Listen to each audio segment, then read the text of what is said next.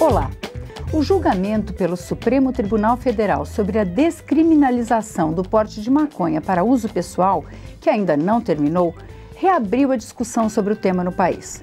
O julgamento questiona a constitucionalidade da Lei Antidrogas de 2006, que considera crime adquirir, guardar e portar drogas. Aqui na Câmara dos Deputados está em discussão um projeto de lei que prevê a legalização do porte da maconha para uso individual. Aqui no Brasil em Debate, nós vamos discuti-lo com o autor da proposta, deputado João Willis, do PSOL do Rio de Janeiro, e com o deputado Gilberto Nascimento, do PSC de São Paulo. Deputado João Willis, por que legalizar o uso da maconha para uso individual? Olha, porque atualmente o consumo de maconha ele está liberado no Brasil, liberado de qualquer controle, de qualquer fiscalização. O consumo e o comércio de maconha movimenta milhões em dinheiro que servem para a corrupção dos agentes públicos, sobretudo os agentes das forças de segurança, por exemplo, né? Agentes de aeroportos. E apesar da gente empreender uma guerra contra o tráfico de drogas, contra o tráfico de maconha, a gente não reduziu o consumo. E essa guerra às drogas, ela tem produzido um número enorme de homicídios, né? Boa parte, quase mais da metade dos homicídios produzidos por ano no Brasil, que são mais de 50 mil, correspondem à guerra às drogas. Morre gente dos dois lados, morre gente do lado das forças de segurança, morrem civis que não tem nada a ver com o tráfico. Por exemplo, a gente vê os casos emblemáticos que ganharam notoriedade nacional, como o caso Amarildo, o caso Cláudia, por exemplo, o caso Eduardo, menino de 10 anos que recebeu uma bala de fuzil na cabeça. Ou seja, essa guerra, quando ela vai ao território que se estabeleceu como o território onde ela deve ser travada, que em geral são as periferias, os bairros pobres, onde moram as pessoas pobres, em geral as pessoas negras, elas desconhecem quem está envolvido e quem não está envolvida com o tráfico. Então está na hora de a gente reconhecer que a política de guerra às drogas é falida e que a gente tem que encarar a problemática do consumo de drogas como um problema de saúde pública e um problema de liberdade individual. A gente precisa entender que nós precisamos, na verdade, compreender que a legalização e a regulamentação nos moldes, como aconteceu com o tabaco e o álcool, que são duas drogas também ruins, digamos assim, que produzem a morte e que tem um impacto na saúde individual e coletiva, o álcool e o tabaco, a gente precisa entender que a regulamentação nos moldes que essas duas drogas, que aconteceu com essas duas drogas, é o melhor caminho para o caso da maconha. Então, por isso eu ofereci esse projeto. O senhor concorda com isso, deputado Gilberto Nascimento? Eu não concordo. Inclusive, quando a senhora abre o programa dizendo que hoje o Supremo questiona a inconstitucionalidade ou não, eu acho que o Supremo, inclusive, tem outras atividades muito mais importantes para isso. Eu acho que ele se apequena quando começa com essa discussão. Discussão essa que não deveria ser do Supremo. Discussão essa que deve ser exatamente da Câmara Federal, do Legislativo, não é? Porque hoje responder o questionamento da Procuradoria de São Paulo, ou da Defensoria Pública, quando questiona, inclusive, o fato de alguém que foi visto ou flagrado em uma cela com 3 gramas de maconha, eu acho que tentar pegar esse fato individual para tentar formar uma coisa nacional, alguma coisa que venha trazer uma repercussão nacional, não é? Eu acho que isso, infelizmente, eu diria que não é o caso do Supremo. O caso, a discussão tem que ser exatamente aqui na Câmara Federal. Então, e aqui na Câmara, só uma coisinha, aqui na Câmara, eu acho que de qualquer forma, tem o projeto do deputado João Willis, que nós estamos aí para discutir. Eu sou totalmente contra o projeto. E por que sou contra? Exatamente dentro daquilo que foi dito.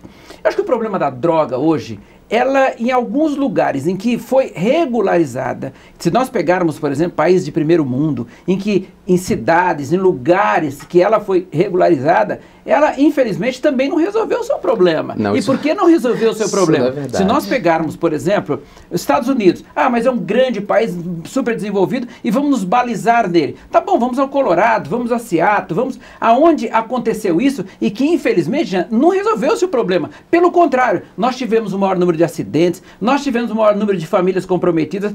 Eu estava esses dias lá no Supremo e uma das moças lá que defende que na realidade o Supremo se manifesta, seguinte, bom, mas o problema é o seguinte, quando alguém está usando a droga, ele está se autolesionando, o que também não concordo, porque na hora que uma família tem um viciado, esta família toda está sofrendo, esta família toda se compromete. Na hora que essa pessoa, por exemplo, faz o uso da droga e vai para as ruas dirigir, ele daqui um pouco causando um acidente, que é o que também aconteceu no Colorado, aconteceu no Ceará, até aconteceu em tantos lugares do mundo, ele está jogando contra a população, não é se autolesando, não é ele simplesmente entrar no quarto dele, se viciar o máximo e a maconha é simplesmente a entrada disso tudo e ele vai acabar indo para drogas mais potentes e na hora que ele tiver essas drogas mais potentes, repito, ele não está num quarto escuro só usando e infelizmente se autodestruindo, ele está destruindo sua família e destruindo pessoas em que na realidade não tem nada com isso, que é uma sociedade que está aí e fora disso a destruição da própria família. Deputado João Willis, por que o senhor acredita que essas experiências deram certo em países que legalizaram? Antes disso, eu quero fazer um comentário sobre o STF. Eu não me acho a pessoa autorizada para definir a pauta do STF ou dizer o que o STF deve ou não fazer. Aliás, uma das prerrogativas do STF é justamente julgar a constitucionalidade de matérias legislativas. Esse é o papel do STF. Ele é o intérprete último da Constituição. E acho que se a configuração do Congresso Nacional impede discussão e aprovação de projetos de leis que estendam a cidadania a grupos que não têm hoje a sua cidadania contemplada, principalmente as minorias, o STF tem que cumprir esse papel. Então acho que o STF está cumprindo o papel dele. Em primeiro lugar, eu quero deixar isso claro. Fico feliz do STF fazer isso, porque se depender dessa casa, certos debates não vão ser nunca travados. Basta você pegar o exemplo do casamento civil, né, que não foi estendido ao conjunto da população por essa casa e que o STF foi lá e estendeu, né, através de um julgamento de uma DPF e de uma DIN. Então, dito isso, eu quero deixar claro que o debate em torno das drogas lícitas e ilícitas, e é importante que a gente sempre faça essa distinção, existem drogas lícitas e ilícitas, mas ambas são drogas, e uma droga é lícita e ilícita não por natureza, mas por um conjunto, né, de fatores que levam certas drogas a serem consideradas lícitas e outras ilícitas, não é da natureza da droga ser ilícita. Esse debate em torno das drogas lícitas e ilícitas, ele tem que ser pautado em muita honestidade intelectual, muito conhecimento e não em senso comum. Então, por exemplo, a Universidade Federal da Bahia tem o CETAD, que é o Centro de Terapia do Abuso de Drogas. Eu sempre trabalhei próximo ao Centro de Terapia do Abuso de Drogas, muito antes de ser deputado, então acompanho essa problemática há muito tempo. A gente tem, portanto, distinguir droga lícita e ilícita, nós temos que distinguir entre as drogas ilícitas a dinâmica de cada uma droga e a gente tem que compreender que o usuário estabelece com as drogas ilícitas um uso recreativo ou um uso abusivo, da mesma maneira que estabelece com as drogas lícitas. Então, tem pessoas que fumam tabaco e que são usuários recreativos de tabaco. Tem pessoas que fazem uso problemático do tabaco. O mesmo acontece com o álcool, né? Nem todo mundo que consome álcool nesse país é alcoólatra, precisa ir para Alcoólicos Anônimos. Algumas pessoas precisam ir para o Alcoólicos Anônimos, porque fazem uso abusivo. O problema não está na droga, está naquela pessoa, na história de vida dela, no histórico da formação da psique dela, na relação que ela tem com a família, com a sociedade, a classe social. Tudo isso pode levar uma pessoa ao abuso de drogas. Essa pessoa, quando ela está em abuso, quando ela faz um uso abusivo ou uso problemático, ela tem que ser encarada como um doente, na perspectiva da saúde pública. Mas a existência dessa pessoa não pode comprometer a liberdade individual das outras. Há uma série de falácias e mitos e mentiras espalhadas. Uma delas é dizer que a maconha é a porta de entrada das drogas mais pesadas. Isso não é verdade. Por exemplo, nos anos 70, a Holanda figurava entre os países campeões de uso de heroína, de abuso de heroína, que é uma droga terrível, devastadora. Quando a Holanda implementa uma nova política de drogas que transfere o comércio de maconha para estabelecimentos comerciais legalmente constituídos e fiscalizados, o que acontece? Há uma queda drástica no consumo de heroína. Ou seja, acabou que a política e a legalização serviu para isso, além de garantir a liberdade individual. E de lá para cá, o número de pessoas que consomem maconha não aumentou. Que é outro argumento que se diz, não, se a gente legalizar e regulamentar, vai aumentar o número de usuários. Não vai. Não vai, volto a dizer. E a outra questão, uma política que nós aprovamos, que é importante, é a lei seca, por exemplo, né? Que pune o motorista que combine álcool e volante, né? Eu acho essa lei maravilhosa, mas a gente só pode fazer isso porque o álcool é uma droga legalizada.